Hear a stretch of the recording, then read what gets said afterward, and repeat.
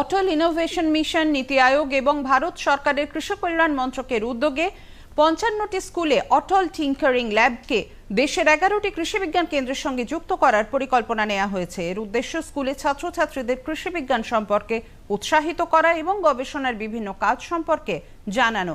হাওড়া কৃষি বিজ্ঞান কেন্দ্রের সঙ্গে যুক্ত একটি স্কুল সবজি ও ফলের পচন আটকাতে এক বিশেষ মডেল তৈরি করেছে। এই মডেলটি দেশের স্কুলগুলির মধ্যে প্রথম হওয়ায় এই ছাত্রছাত্রীদের সম্বর্ধনা দেওয়া হয়। ভারত সরকারের বিশেষ স্বীকৃতিপ্রাপ্ত হাওড়া জেলার ৬ কৃষককেও সম্মানিত করা হয়।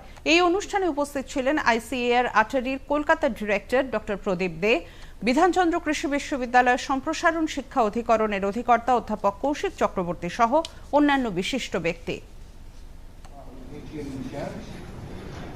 Our state, that one Krishi Vigyan Kendra is going to start a convergence program with the ATL school. So it's a big day for us, and hopefully in near future also, this type of collaborative program will increase more number.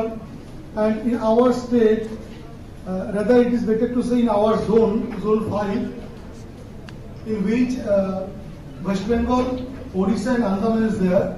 So among these, only Haura Krishi Vigyan Kendra is getting the opportunity to start the collaborative program with the ATL school, Atal Tinkering Lab School.